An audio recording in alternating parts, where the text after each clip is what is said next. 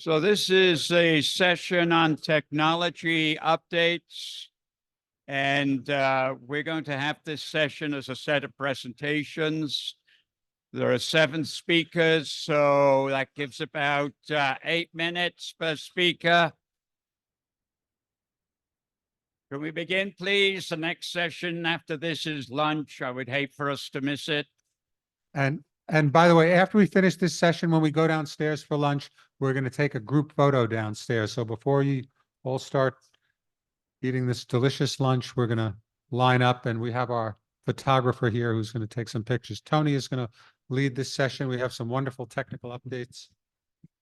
So the first speaker is Rick Avila, and he's going to give us an update on calibration devices. Okay, well, many of you heard me speak before, and Claudia showed this earlier. In 2010, just let's go back there.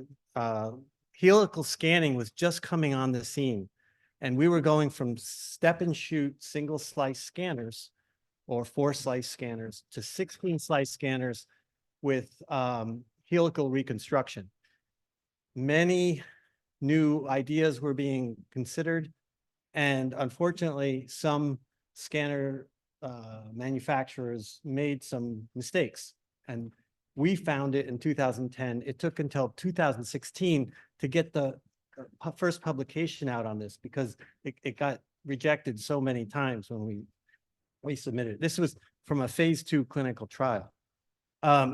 So the moral of this story is, as CT scanners and software and AI evolve very rapidly, there's many opportunities for issues to arise, and it might take 5 to 10 years for us to find these problems. So, we want to be a lot faster about that. That's why we have calibration devices. Over the years, over the last 15 years, I mean, we've found so many issues. We won't have time to cover that in this talk, but there are numerous problems in reconstruction kernels, in CT scanners. And of course, AI is now coming into the reconstruction engine and modifying the images in much more complex ways than we've had before with what's known as Feldkamp reconstruction or iterative reconstruction. So here's an example just published in JTO, and you can see, you know, the radiologist says it went from 9 to 10.7 millimeters. But that exceeds the Lungrad's 1.5 millimeter size difference. And volumetrically, it changed by 13.5%. Now in Kiba, which has now been, has now dissolved itself, unfortunately, we spent over 10 years defining criteria for how much change is required to say something has exceeded the error, how much volumetric change. And this is from the I-ELCAP group. This is 0.625 millimeter slice thickness. And you can see, you know, if you scan repeatedly very quickly, this is known as a coffee break experiment, the error grows substantially as you go from larger diameters down to smaller. So if you go from right to left. And we put criteria in place in Kiba to establish when to know with high confidence that a change is real, as opposed to due to errors in the reconstruction or other things. We built phantoms. This is a CTLX-1 phantom, and we've distributed these all over the world. These are automatically analyzed. It takes 5 minutes to scan. We automatically analyze them on the cloud, and we give you back a report very quickly with yes or no. Did you pass the criteria that we've established? There's a whole bunch of math and science associated with this. Again, no chance to go over that here, but this is more than just a collection of characteristics. This is really a set of basically measurements that let you build a virtual model of the acquisition system. And with that, that's a very powerful thing. In fact, I think all clinical studies should be using this. because they have a really strong understanding of what the acquisition system is doing from isocenter out to periphery.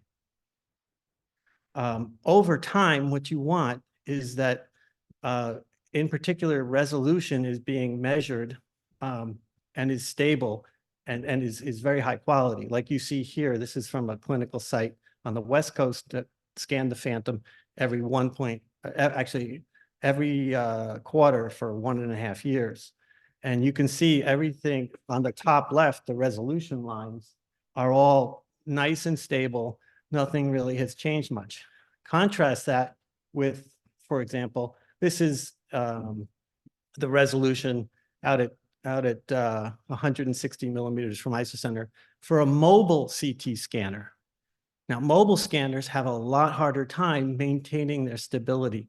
And you can see it started off, let's say, above that red line that I've shown there, and then it got better, and then something happened out in the field, and it got worse, and then they fixed it. I'm not even sure how they fixed it. Could have been the suspension system of the mobile device of the actual vehicle.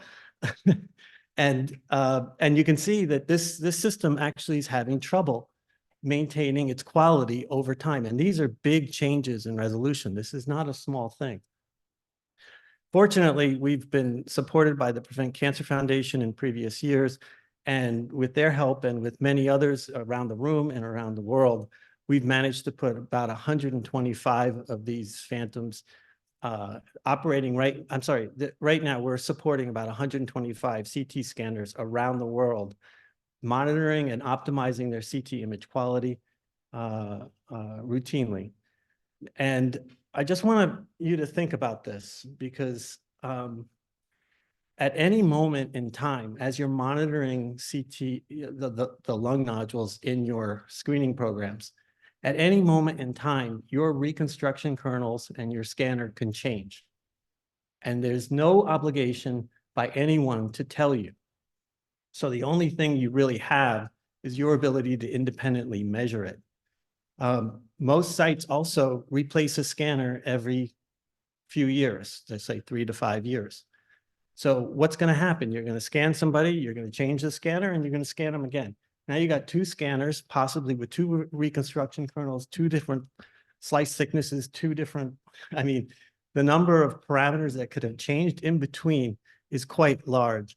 And you're going to start saying whether things are changing or not, even though you've just completely changed the underlying technology. So again, having your own way of measuring the quality of a scan is really important. And then lastly, I just want to say that we've been working on ways to really improve the quality of all CT scanners.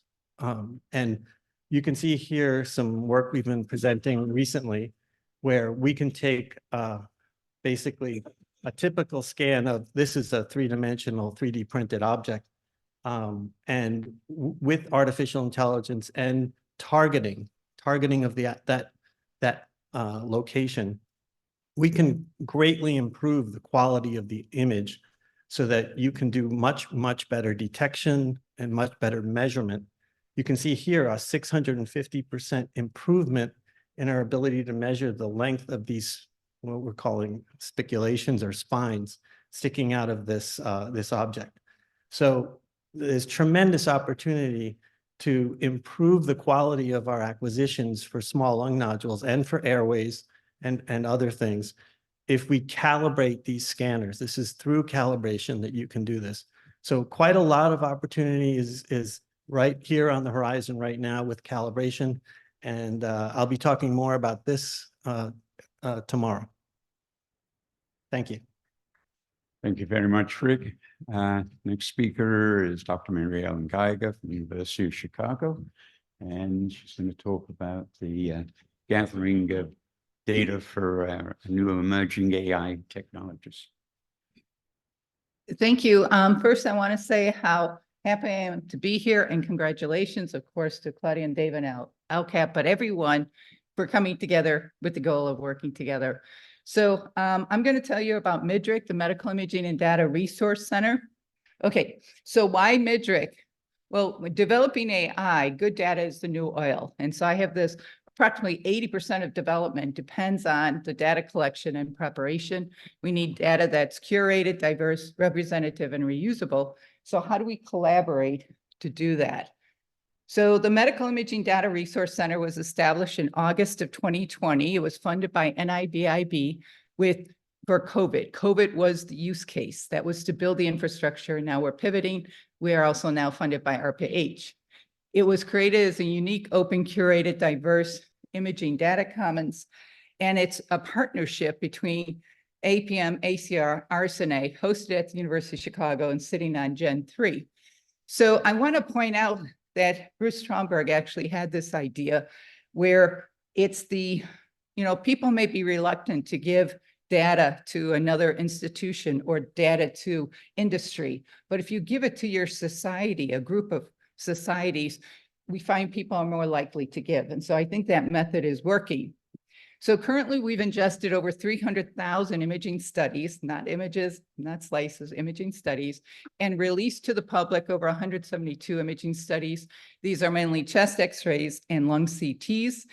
And this represents around 73,000 patients. We collect them from multiple institutions. And this is an effort of about 100 investigators from 20 institutions. Beyond that, we also bring in some resources, open resources for the AI investigator. So how do we do this? So we take in data. We're different. We don't take in a specific study, but we go to a medical center and bring in the data, and then we release it to AI investigators. Currently, all of this is open, so we can level the playing field so all AI investigators have access to it.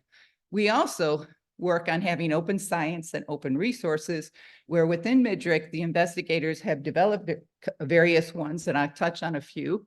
These are developed by MIDRC investigators, and these are open to also the AI developers. And how do we do this? Well, we take in data. First, it was CT and chest radiographs.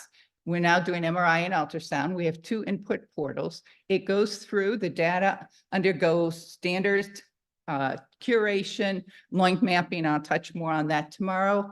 We also go and we check constantly the diversity. And with that, we put 80% by patient out to the public. You can all go there and download all of it right now, but I wouldn't recommend that. There's a lot, about 13 terabytes of data. We also interoperate with other data commons. We're medical imaging experts, so we do have some metadata, but then we interoperate with those that have EHR or genomics or other data.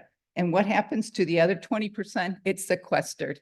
And this is not publicly available, and you'll see in a moment what we do with it. So right now, we're offering MIDRC to all of you as a means, not to take in all the data, but as a means to index. Currently, we index with IDC and data from Stanford. We interoperate with N3C and others.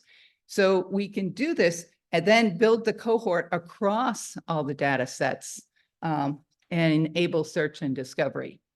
So it's very important to have representative data so you can develop ethical and trustworthy machine learning algorithms. And so we keep track of our data. Here, for example, is race and ethnicity over time. We have contributions coming currently from 23 states, though this is international. We can take data internationally, and everyone around the world can access what we have.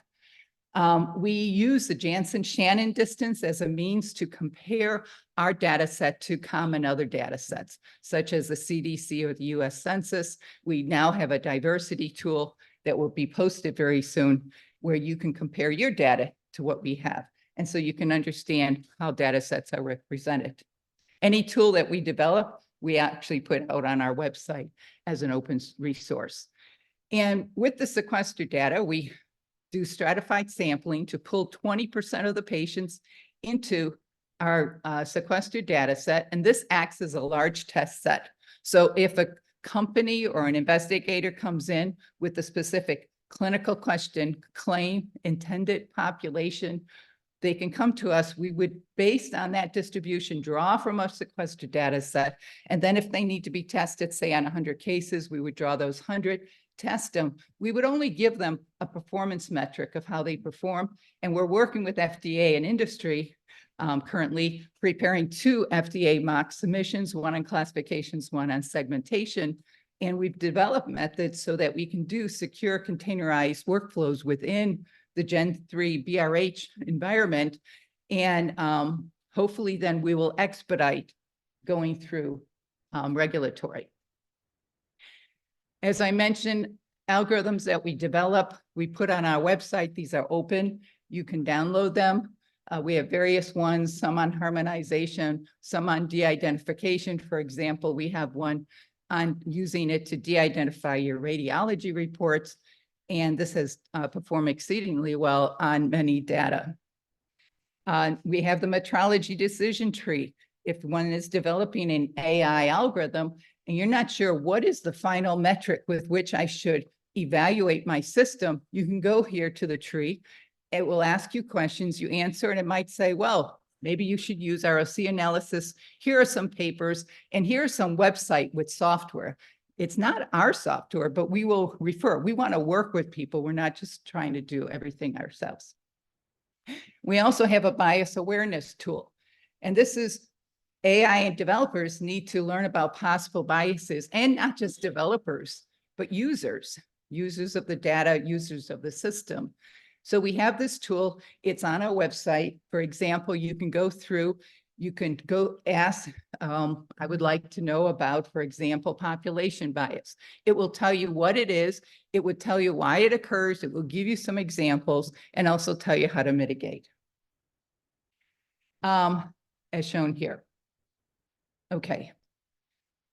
It's acting a little funny. Okay. At our website, we have MIDRC by the numbers that we constantly update, so you know how much imaging data is available. We're now talking with other groups on stroke, on brain imaging and others. So our data model is changing. We give monthly seminars. If you missed it, everything is recorded on our YouTube channel, and come and learn about us. We have now been funded since fall as one of the 5 phase 1 performers for ARPA-H, building the fabric for trustworthy AI. And they've asked us to extend from COVID to cancer. And so we're doing that. I don't know why this is acting funny. So we're pivoting. We're extending our diversity calculator, making it so people can use it on MIDRC or in their own lab. We're extending our bias awareness tool so we can give you tools to help identify and mitigate potential bias in your data set or your algorithm. We're extending our harmonization and image quality tools, which I'll talk about more tomorrow. And we're extending our indexing as shown here. We're currently, MIDRC can index with the IDC, the imaging from NCI, the Imaging Data Commons, as well as Stanford has multiple data sets. And we're looking to index with others and eventually get out to edge nodes where we can index with the local hospital instead of bringing their data in. Some people will want to centralize MIDRC and some will want it federated. So the goal is there to do it on the fabric with both. We've also now are part of the NARE, the National AI Research Resource, and we're working with them. So come join us. I have it here. I mocked up a slide for I-ELCAP, potential federated examples. I have I-ELCAP, Nelson Studies, IASLC, and others. And we can work out how we might do it. So we don't want to take in data. So in summary, we are continuing to serve the medical AI community. And I am on 2 panels tomorrow that I'll go into detail for others.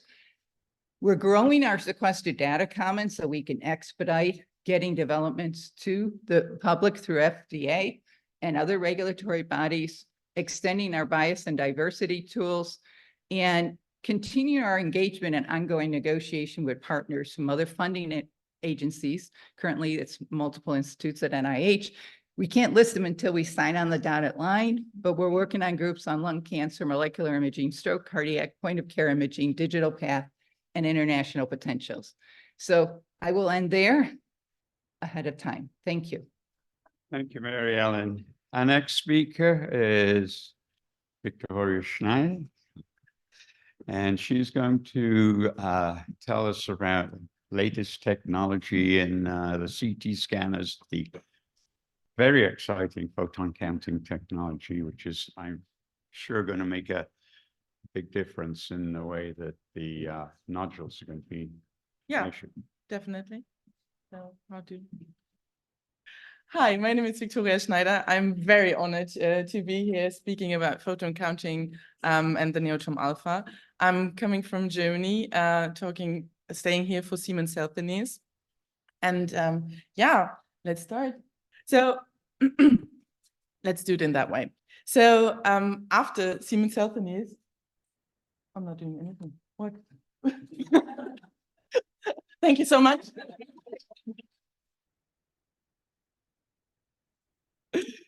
Now it's working? Okay, perfect. Yes, now it's working. Yes, I get it. Okay. My goodness. 7 minutes, only 6 more to go. So after the initial approach, when Siemens Healthineers introduced the new photon counting CT 3 years ago, now it's the time to say, and so what? So what does the system do beyond great images and nice images, and what can you do as a radiologist or as a radiological department, or as a referral, as a hospital institution? What can you do with that system? And how can it impact the way you might diagnose patients, or how about patient management and patient treatment and outcome? And also, how can it impact the business of your hospital? We do have 3 areas. We do have 3 areas where we do see the impact. On the one hand, it's expanding the reach, of CT. Expanding the reach of CT. And you know that better than me, that there are still patients that cannot really get a good benefit from a CT, or that are ineligible for a CT. And we want to make that CT accessible to all of them. And the second one is in the direction of diagnosis. So how can photon counting CT streamline the workflow and help you and referrals to get a high-level diagnostic confidence? And the last one is, of course, the treatment arena, and how can a photon counting CT enable treatment with high detail insight, and also how to avoid unnecessary treatment? I guess you do ask those questions as well. So let's have a look at some examples over here. So thanks to the combination of high scan speed, high resolution, low dose, and spectral imaging, CT has really have the chance to become a one-stop shop in pulmonary vascular disease assessment. And here's a quote from a study of the University Hospital of Heidelberg and of Hannover. They were able to achieve simultaneously the pulmonary morphology and the vasculature, the ventilation, and the parenchymal perfusion. And we discuss our lung images with customers, and how these scanning procedures can potentially make the difference and make the scintigraphy exams redundant. And this would be a great shift, definitely, on the diagnosis of these patients. And another example is, this is a study from a large university hospital from the US, and they are recalling patients, again, previously scanned on high end dual source CT, and they were very often found this combination you can see here. So with predominant groundless patterns or conventional CT, which is consistent with usual interstitial pneumonia requiring further diagnosis, like lung biopsy. And with a photon counting CT, a predominant reticular pattern is evident, and in line with probable UIP pattern. Based on these findings, the treatment can be initiated. So let's get a little bit more into the technical part. All CT scanners in the market, all of them, from every CT vendor fall into a bucket of conventional energy integrating detectors. And these systems, they work on the principle of X-ray scintillation, meaning that when an X-ray hits the detector, they first generate a light signal before converting that light into an electronic signal. And see over here. And therefore, these detectors must be designed with light in mind. And this includes the need for the dark gray bass or light reflecting scepter between pixels. So while a low energy X-ray generates less light than a high energy X-ray, this difference is lost due to the time it takes for the generation and measurement of light. And even the fastest scintillators on the market from Siemens and or UFC material requires 10,000 nanosec for the light impulse. So at a clinical dose, think about it, around 30,000 X-rays hit each detector element during one projection. And if you do the math, that leaves around 8 nanoseconds per X-ray impact. So 8 versus 10,000 doesn't work. And therefore, we measure the light from many X-rays together in an energy-weighted cumulated signal. And photon counting detectors, on the other hand, do not require the intermediate step of generating light. Instead, they directly convert X-rays to an electrical signal we use to create an image. So there is also an energy dependence of PCD X-ray. Impacts low energy X-ray produce small amounts of charge, and high energy X-rays, of course, of more charge. And the difference is that with the elimination of these intermediate steps of generating light, we can measure each individual X-ray and therefore energy. This would work. And this allows us to have spectral infos without any dedicated scans or technology. And what are the benefits? So we do have like 4 benefits of the photon counting. Number 1, we do have smaller detector pixels. So without the need of for reflecting scepter or CAM filters, PCD can deliver ultra high resolution imaging without dose penalty. Number 2, there's the elimination of electric noise, which is very, very important. So advanced image quality in obese patients and low dose scans, or stable reproducible CT numbers for quantitative CT at low dose. Number 3, intrinsic spectral sensitivity. So established dual energy applications available in any scans and multiple thresholds enable research applications. And the last but not least, equal energy contribution. So contrast-rich images, increased iodine CNR, and iodine CNR translating into potential dose reduction. I do have some more examples just for you to have a look at. It doesn't take that much time, but I hope you would like to enjoy it.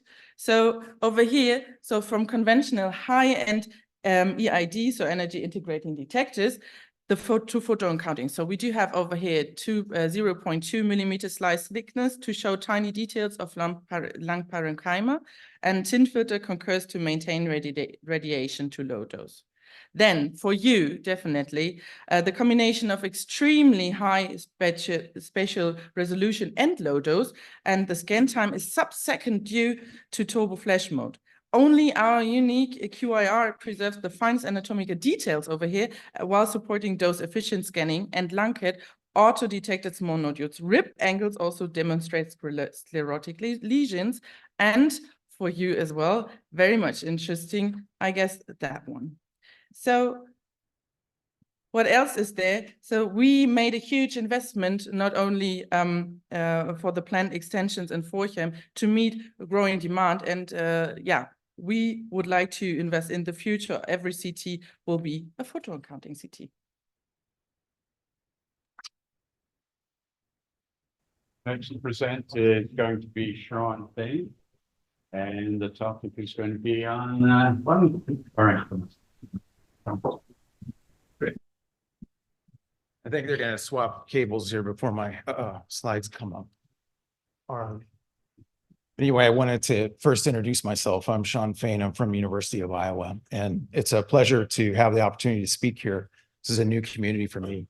I'm trained as a medical physicist and worked for many years now in pulmonary imaging technologies, and in part worked on quantification of CT lung density. And so I'll be talking about that today. All right, so why is this? And I kind of don't need this slide anymore because there's a lot of focus on emphysema, but we know that emphysema can refine the predictive models for lung cancer screening, and that's been presented.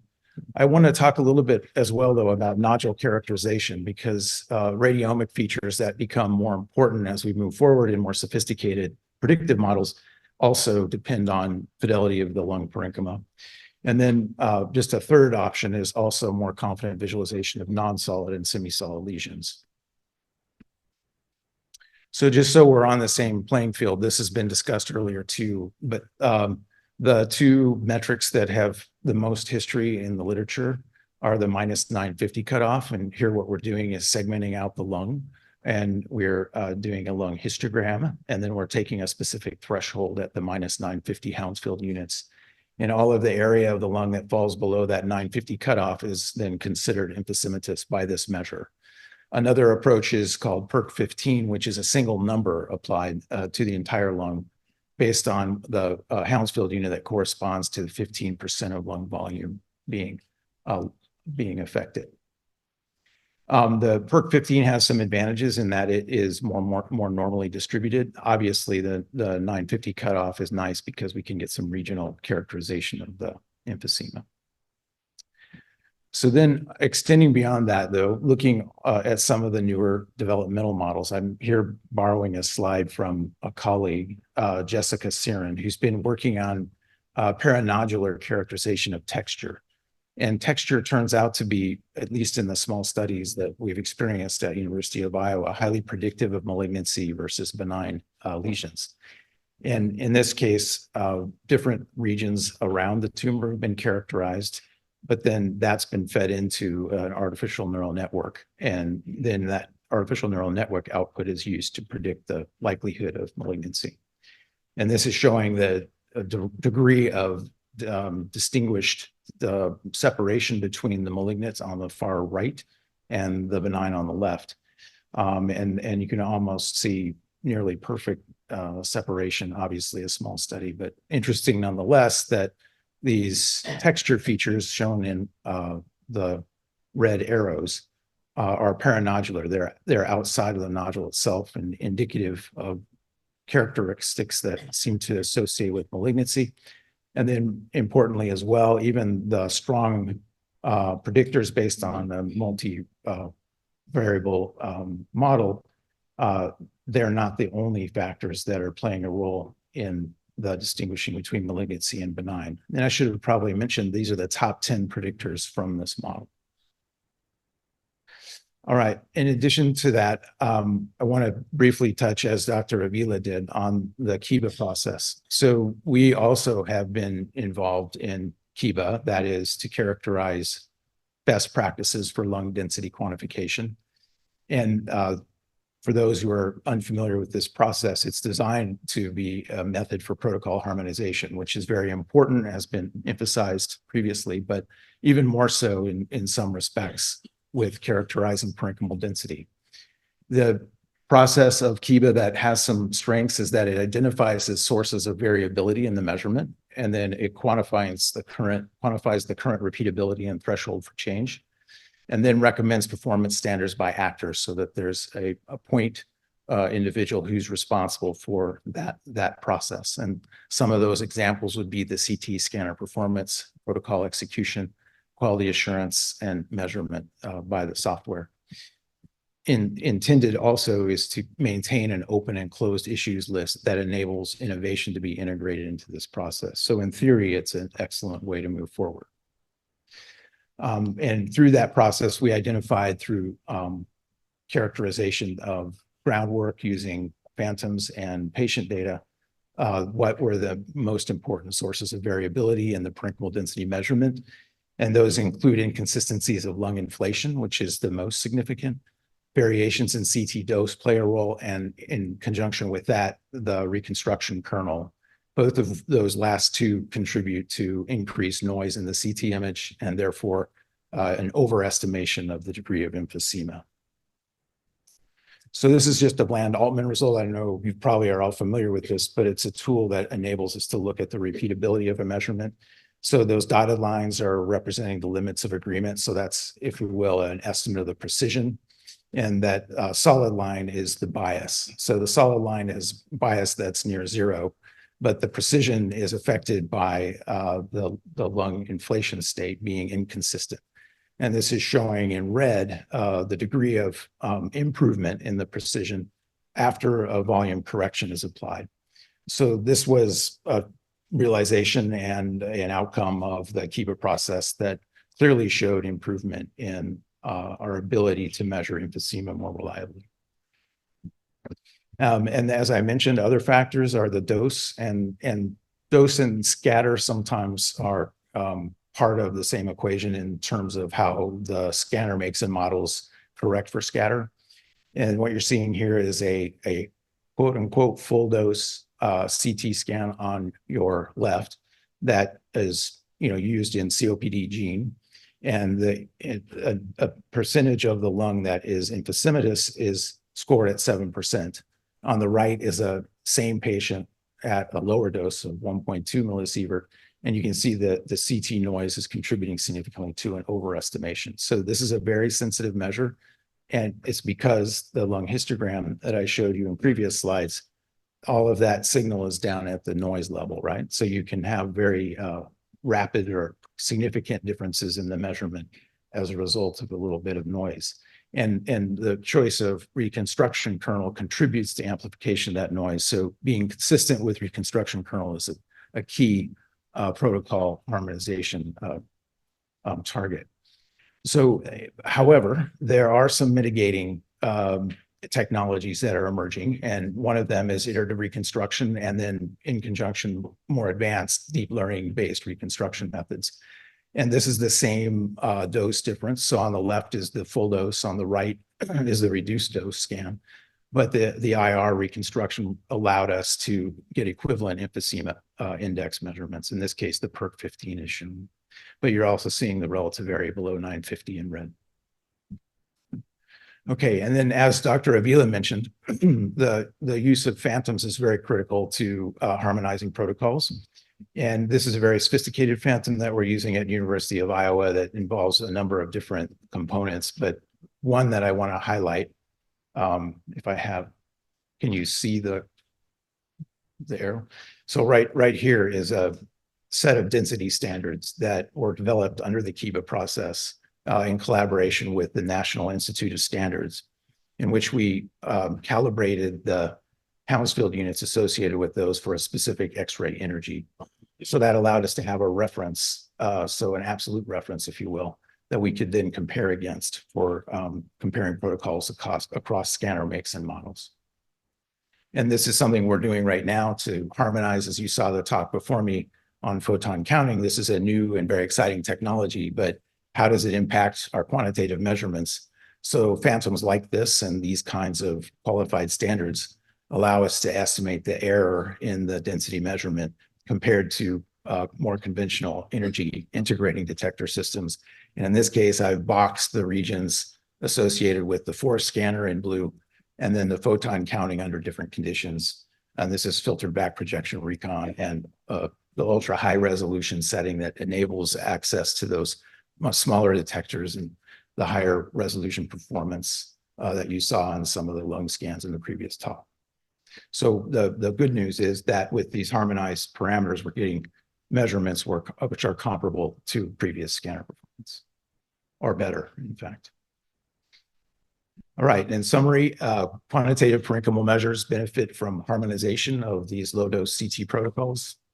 Emerging technologies are partially addressing some of the challenges of harmonization that I outlined.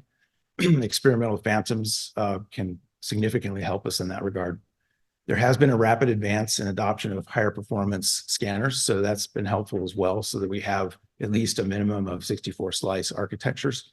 And we can use those systems to harmonize protocols even across higher technology systems like photon counting. And robust iterative and deep learning based reconstructions are opening up opportunities to mitigate noise, which is a significant problem for emphysema estimations and repeatability. There's remaining challenges that I think have already been discussed here that you all have a better handle on than I thought a couple of things that I think would be beneficial include improving accessibility and education to best practices so that these protocols could be adopted more widely, reducing expense for the adherence and both time and monetary costs. So that needs to be some way to make these protocols easier to implement. Centralized image analysis would help in that regard as well as quality assurance that would be available on the internet or some way of measuring a common phantom and then showing its performance quantitatively using an online analysis tool. And then infrastructure for monitoring outcomes to further improve performance needs to be somehow integrated into this. I don't have an answer for that yet, but I think that's an important thought to be thinking about. Thanks so much. Next speaker, gonna be talking on integrated analysis, end-to-end management. Van Roos. Yeah, thank you. Okay, thank you for the invitation. Nice to be here. My name is Rossem. I'm involved for more than 20 years in implementing data management and workflow solutions for any kind of screening, and of course today especially for lung cancer screening. So I have several topics which I will just mention in this presentation. But first of all, of course, the definition of screening. I heard this word quite a lot today, but let me give the definition. And of course, AI will also help me in this one.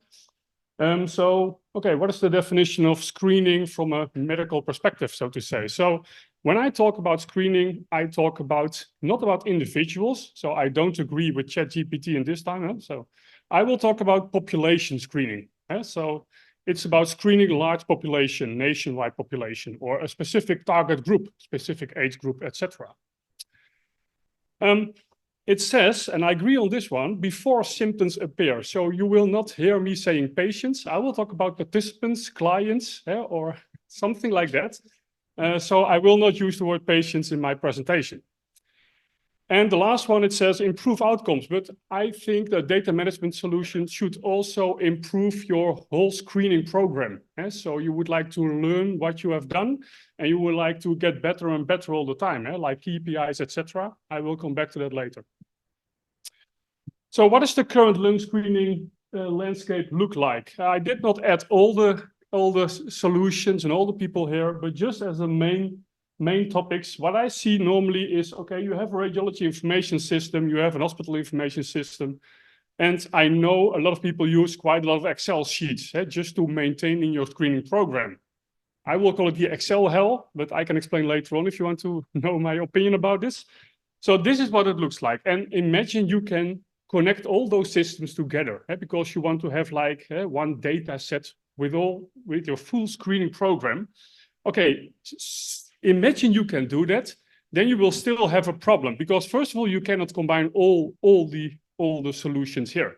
And then you will have a problem if you have like everything in one hospital, but you want to increase your program. You want to have it in 20 hospitals or 25 or whatever, then you still have the data islands.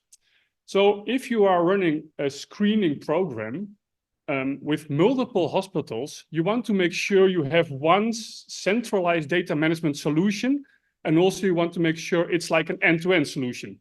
So I just heard something like data sets, etc. So you want to collect all the data from the early beginning, from questionnaires and targeting your population until the referral, and everything in between you want to have in one data management environment.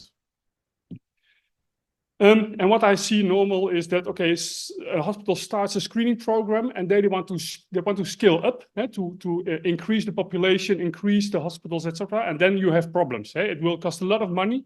So the scalability is really important in expanding your program if you start quite small. Okay, so last week I did a Google why a screening program fails. Quite interesting to do that, so to say. And you see a lot of different things why a screening program fails, but I'm only focusing on the data management solution. So I'm not talking about data breaches, etc. So, and I just did a quick summary, okay, about the failures of a screening program. First of all, failing to invite 100% of your targeted population. And so in the Netherlands, we have quite a good system. We just have a connection with the National Registry. We just include new people. So if people reach a specific age, we just automatically include them one day later in the screening program. The second one is following defined workflows and screening guidelines. So if you execute a screening program in, let's say, 25 hospitals in a country, for sure you okay, it's really difficult to work all together with the same guidelines and the same workflows. Ambiguity in screening progress. And then the last one, and it's quite interesting because poor or no integrations between healthcare systems, which lead to data issues. So data cleaning, we have scattered data, dissimilarity in data. So you need to align all the data to talk about the same thing. So that's really important. Or having no data at all. I think that's quite familiar here. So when I'm talking about end-to-end, I'm talking about what I just said, the full pathway. So it starts somewhere with the population and it ends somewhere with a follow-up. So, and everything between you want to store in a database. You want to have it centralized. Then the next question is, okay, what is data management? So what is the definition of an end-to-end screening program from a data logging perspective? Again, ChatGPT will help me, and this time I really agree on this one. So, and I'm going to read it out. So an end-to-end screening program from data logging perspective involves a systematic collection, recording, and analysis of data at every stage in the screening process. So that's what I just said. And overall, an end-to-end screening program from a data logging perspective ensures the comprehensive data is collected, managed, and utilized. So making your program better, do analysis on top of your data set. Okay, the experts among you will recognize this. This is the Prague train station. But I'm not going to talk about trains today. I want to compare this with like one individual participant inside your screening workflow. And that participant can come from national registries, GP systems, walk-in, homeless people, whatever. So that's on the left. And then they start the whole screening pathway. So, and at the end, this is quite good. It's like positive or negative, just to say. So when I talk about workflows, I talk about workflows like this. And we have quite a lot. So you have like inclusion criteria, you have like result workflows, etc. CT scans. In the UK, you have the lung health check, for example. So, and all those kind of workflows, you want to embed that in your screening program system. So the goal of doing that is that each participant must follow a workflow. And because sometimes you see, and that's one of the big issues it was in the UK, that people are not targeted at all, or people did not receive their second invitation or whatever. And that will cause real big problems inside the program. Okay, then the next one in end-to-end is like the decision trees. And we have quite a lot of decision trees. Of course, you have the LLP PILSHO decision trees, but also you have like the decision tree on nodule management, the decision tree of incidental finding management, etc. And what you want to do is inside the screening platform, embed all those decision trees. So it's like really like a Visio diagram like this. So you don't need to care about, hey, when do I need to go left or right? It's already in the system. So the system absorbs all the information and based on the embedded decision trees defines the next step in the workflow. Okay, and this was already discussed, is like the interoperability between all your systems. So integrations are really required to avoid manual entry, avoid a lot of work, avoid having no data available, etc. And to support end-to-end workflows. So, okay, I put some examples here. So it is, for me, it's ridiculous to have like a radiology system in which you target your nodules, etc. And then you need to type over it into the workflow solution for defining the next step. Yeah, so we would like to integrate both. Yeah? So if a radiology workstation says, okay, I'm done, I'm signing off the report, we automatically absorb the data set into the workflow solution. So defining the red score or whatever, and to define the next step in the workflow.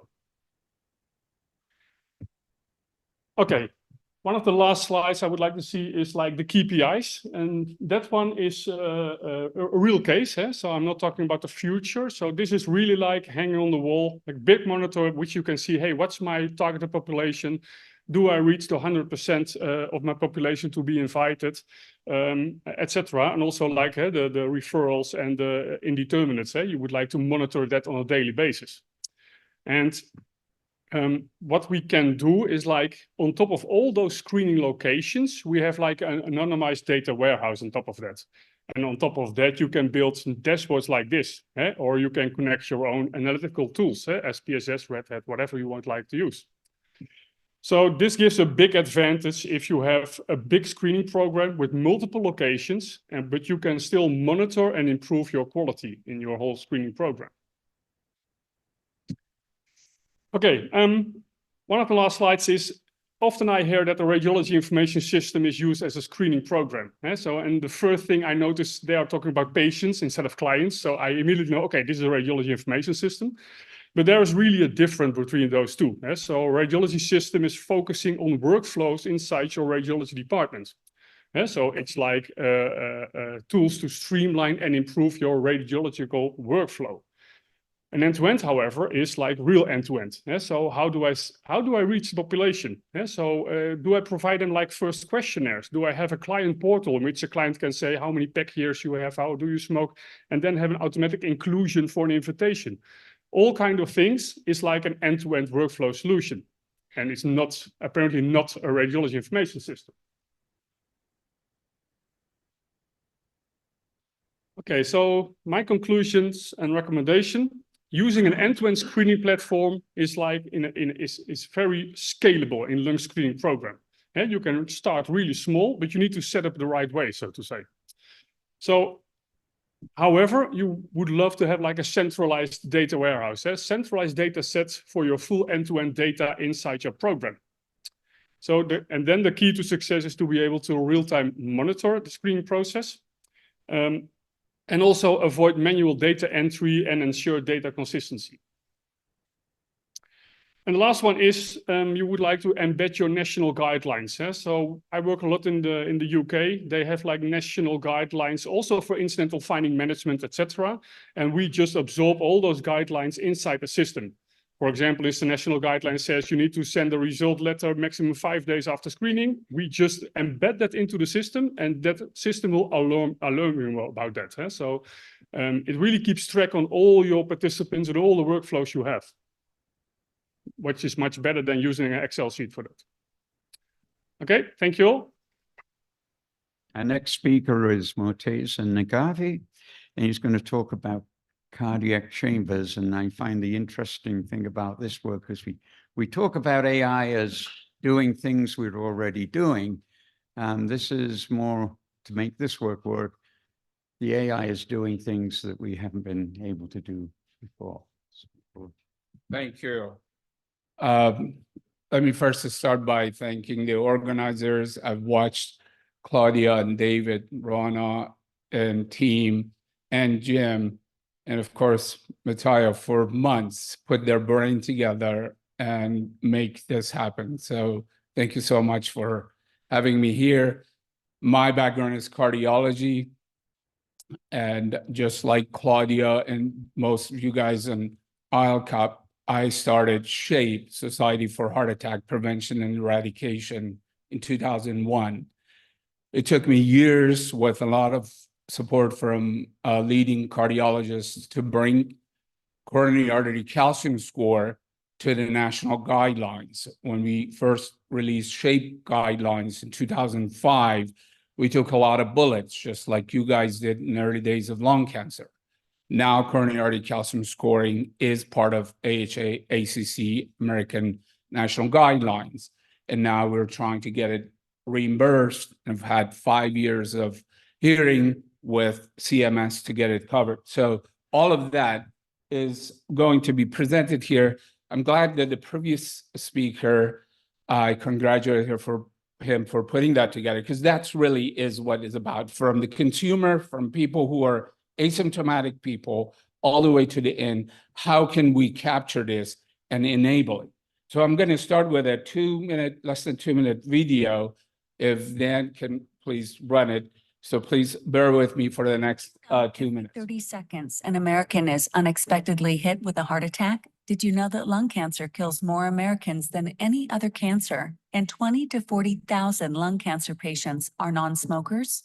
Did you know that 43 million Americans don't know about their severe bone loss and hidden spinal fracture while suffering from body pain? Did you know that over 10 million Americans have fatty liver, causing them liver damage, but are unaware? Are you among them? The good news is that all 4 are preventable. And now, thanks to artificial intelligence and non-invasive imaging, they can be detected early with a single test, a chest CT scan read by AI, approved by radiologists, and reported directly to your smartphone. That easy. How can you get started? Point your camera to this QR code or press here to download LiveLong app. Create a profile and answer a few questions about cardiovascular and lung cancer risk factors. Locate the nearest LiveLong affiliated CT scan facility or a LiveLong mobile CT truck near you and schedule your appointment. LiveLong mobile CT trucks will soon be conveniently located in the parking lots of major retailers such as Walmart, Walgreens, Kroger, and Target, where you can be in and out in less than 10 minutes. As you arrive, scan the QR code and you will be guided to the CT scan. No paperwork is required. Just use your app. No needles, no contrast injection, no hospital gowns, no other medical procedure. Just lie down on the table. The scanner quickly obtains images of your heart, lungs, bone density, liver, visceral fat, all in less than 3 minutes. As you leave, scan your code. When you get home, these reports will be generated by our AI-powered system and will prompt you to review the results and make an appointment with our health coach or your care provider for review and taking necessary actions. Our LiveLong Club membership gives you access to your health coach with a customized plan for risk monitoring, risk reduction, and regular checkup, all from your phone. Depending on the findings, your LiveLong plans may include follow-up appointments and reminders, biopsy of high-risk lung nodules, preventative treatments for high-risk coronary artery disease, and new medications to prevent bone loss and increase bone density. Most importantly, making you aware of your risk and the options available to you. Don't delay, act now.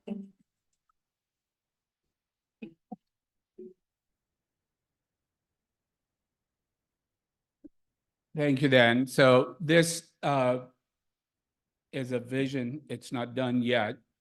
We have been working, I've been working with David, Claudia, and team, Tony, to build a foundation. So the reason they put chambers, because our chamber, out of these 10 items that I'll show you in the next slides, if you could please give me the first slide. We got the first, a second FDA approved product as a breakthrough designation. And it's breakthrough because it's really amazing in the way we applied it to our application, our data. I don't know if I have access to my slides. If you could please. All right, there you go. So I'm just going to quickly jump over this slide. We think the data that was published in 2022 or about 2021, that lung cancer screening has been around 20%. I think it's not really true because we were in the middle of COVID. It's hard to go from 6% in 2019 to 22% or 20% in 2021 when everything dropped in terms of wellness assessment. So let's just take a 10, whatever percent is. Our goal is to fill the gap, that 90%. And we in cardiovascular, we're not in better position than you guys in lung cancer. Majority of cardiovascular disease come to emergency room with chest pain. Every year, on average, 12 million people come to US with chest pain. Because chest pain is so important, we pour so much resource at it. And it's only 1.5 million of that is cardiovascular related. So the rest of them are all either sucking resources and so on. So that's the problem. So the 10 items that I mentioned are things that we thought could be drawn from the same chest CT scan. So we're cardiology and lung and pulmonology united by one chest CT scan could be extracted. So I was assigned to tell you about AutoGen, but I'm going to tell you about the bone density because that's the first FDA approval we got. But we have towards the end, if I have time, I'm going to give you actual data on the CAC, the TAC, and the FAT, and some other things, emphysema and so on. Let's just quickly go. This is just goes all the way to the back of the chest, takes at least 3 vertebral body, according to our FDA, and validated against DEXA in reports Z-score and T-score that practitioners are familiar with. So that's the AutoBMD component. As I said, it's the only FDA-approved AI tool that is, according to FDA language, equivalent to DEXA and gives you Z-score and T-score.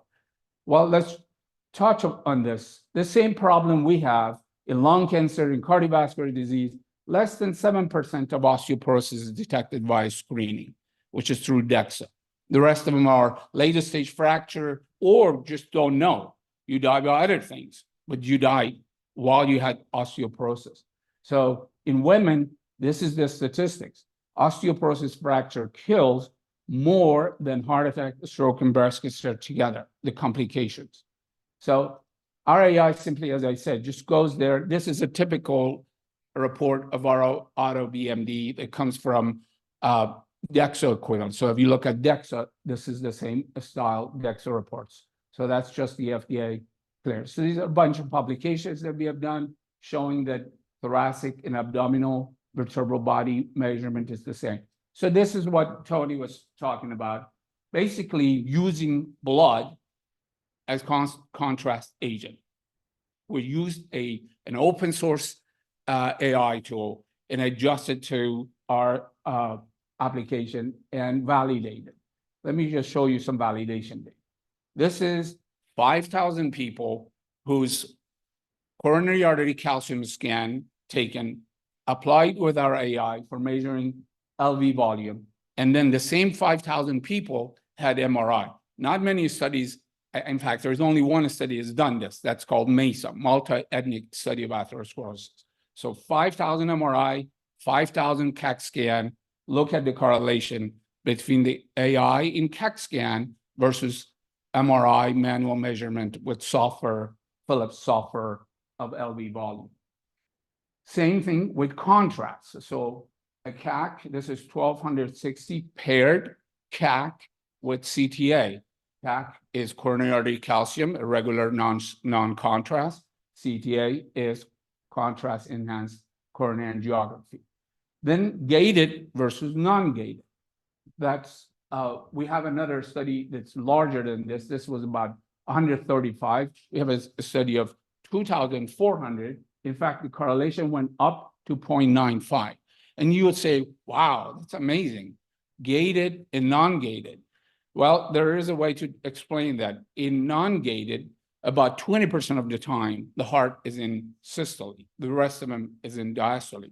And because the gated measures predominantly or only in diastole, so you could have about 20% differences, but the rest would correlate. So this is the exact data.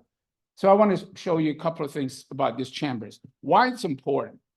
Well, it's important because if somebody comes, for example, to your clinic, cardiology clinic, and get a calcium score 0, and say that person is 50 or 60-year-old, you say, you know, open a champagne. You have a 5-year at least warranty, or maybe 15-year warranty by some studies.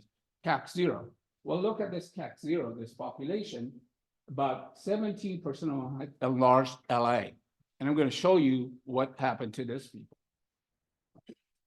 This is CAC 0. This is broken down. So you can see 1 to 50, even 27%, almost 30%. Charge AF is a method of evaluating AF. So why am I talking about charge AF or AF? Because we just published that enlarged LA in CAC 0 people or any other CAC category in large LA predict who will have atrial fibrillation. And if you have atrial fibrillation, it predicts whether you will have a stroke in the near future or not. So that's our first contribution that we just published. So this is Charge AF. So this paper literally came out a week or two ago. On the left side, AI-enabled left atrial volumetry. AI-enabled volumetry can predict who will have atrial fibrillation as early as 1 year.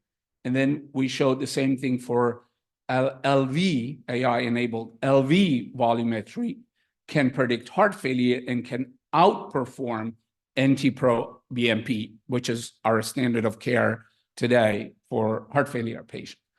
So this is our latest paper just submitted to the New England Journal of Medicine AI, and where we actually added other stuff and can show you other stuff, meaning chambers, calcium score, and then different characteristics of plaque, which is not included in a regular CAC score. In a regular Agostino score, you just measure the area and the intensity, whereas number of plaques, location of plaques, features of plaques, shape of plaque, number of vessels, all of those variables are integrated in what we call I-ELCAP.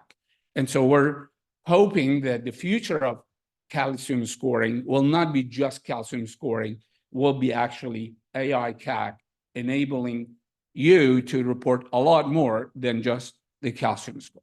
So these are data. This is, for example, a superiority of LV, our I-ELCAP with LV volume versus BNP. So I'll just stop here and be happy to take questions. Thank you. A bit late, but we have one more presentation from Ilya Gipp, and now we're going to be talking about lung biopsies. Thank you. Thank you very much. A lot has been said about how the lung cancer screening could be good, what it should be. If there is one thing I can say about what it should not be, and that's it should not push the problem down the line. It should not create bottlenecks down the care pathway for the patients, for the health systems. That's why I called my short presentation, as I'm standing as the last one between you and your lunch. I'll try to do it very quick. Number one, and thank you very much, Dr. Kazaruni, for putting together this paper some time ago, but there is a large percentage of interventions that are done on benign lesions. Sometimes it's biopsies, sometimes it's surgeries, but basically if 71.2% is actually proved to be malignant, the other 29% is benign. There was a paper, and you would think that maybe that's just some kind of a dynamic that was better or worse before. No, it's actually been the same way, because about 15 years ago, the same 30% were reported that those interventions are done on benign lesions. It's interesting that when that paper was published, they also looked at the types of the reports about those interventions, and invasive procedures that yield a benign diagnosis had different names: negative resection, futile thoracotomy, unnecessary surgery. So there's even a language that was developed. So there's something that possibly can be done about this. And the first thing that comes to mind is we've got Brock model. Something that was developed at the Brock University, or the Parenchyma, is the ability to evaluate the malignancy from the single data point, just from the screening itself, and providing an estimate on the risk of lung cancer in the specific nodule. So if there is a nodule, there is a formula. It's pretty much mathematical, it's available, and I'm pretty sure a lot have been familiar with this. Now, the question is, how can this be implemented into the workflow? And here is one example, the implementation of the Brock score. So there is a Mavis company that is present here. So this is just taken out of their software, where basically there is a nodule and there is a malignancy estimation. And then based on the risk, whether it's more than 30%, it is marked as red, yellow is 5 to 30%, and if less than 5%, then it's green. So that's just the way to also simplify the whole process. Now, are there ways to do something better than just Brock model? In my view, there are, and there is multiple papers talk about this. For example, this one is talking about deep learning that is outperforming radiologists, looking one after the other, but also the Brock model itself. And if I look at the way how this is reported, this is also just the start of the journey where AI algorithms and deep learning algorithms can potentially do a better job. And here's one example. So I know in the next session that will also be talked about, this slide was provided to me courtesy of Optellum. This is the lung cancer prediction score based on imaging AI. What you can see, it's again, one simple data point. And then within this data point, there is a lung cancer prediction score. So based on the features, radiomic features combined together, and then the estimation of the possibility that the cancer or benign is in this nodule. There are also other ways to look into this by not necessarily having to wait to get the information about the volume doubling time. For example, the iodine uptake can be quantified with a spectral or multi-energy CT. There is the paper that compares the validity of such a method versus PET-CT, when the quantification of the iodine and the uptake of the iodine can be used as a characteristic of potential malignancy. So an interesting tool, once again, allowing us to do an estimation of the malignancy momentarily. What are the future expectations if we still speak about lung decision, lung nodule decision? The decision and the future expectations, for example, in metabolomics.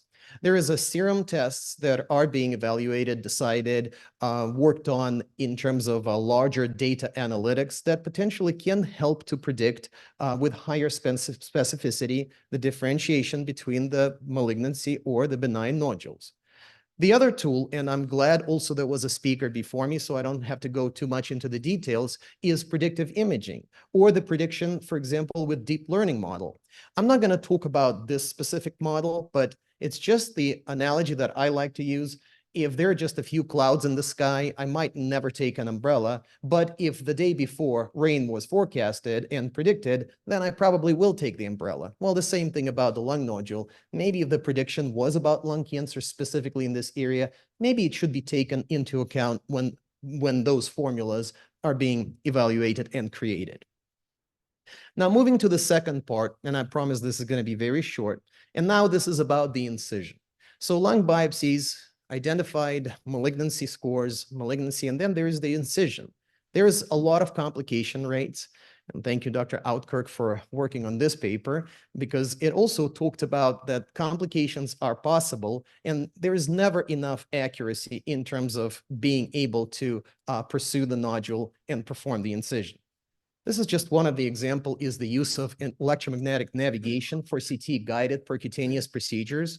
It's a rather simple idea, but a very nice implementation in terms of a mobile workstation with a screen available to the interventional radiologist, electromagnetic transmitter, the sensor, the set of needles, and then with a short video, what it basically is you can position the needle and immediately identify on the data set, on the three-dimensional data set, is where the needle is going to be. And once the needle goes into the patient, you can also see immediately where the tip of the needle is without the necessity to rescan the patient and add to the dose to the patient or the personnel.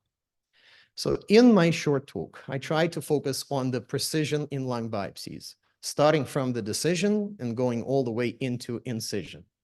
Now, there are better tools, in my view, for lung nodule differentiation. They might require more investigation prior to becoming practically available, but also electromagnetic navigation for CT-guided biopsies definitely increase accuracy, and especially in smaller lesions. I think this is going to be more appreciated. Very much thank you for your attention.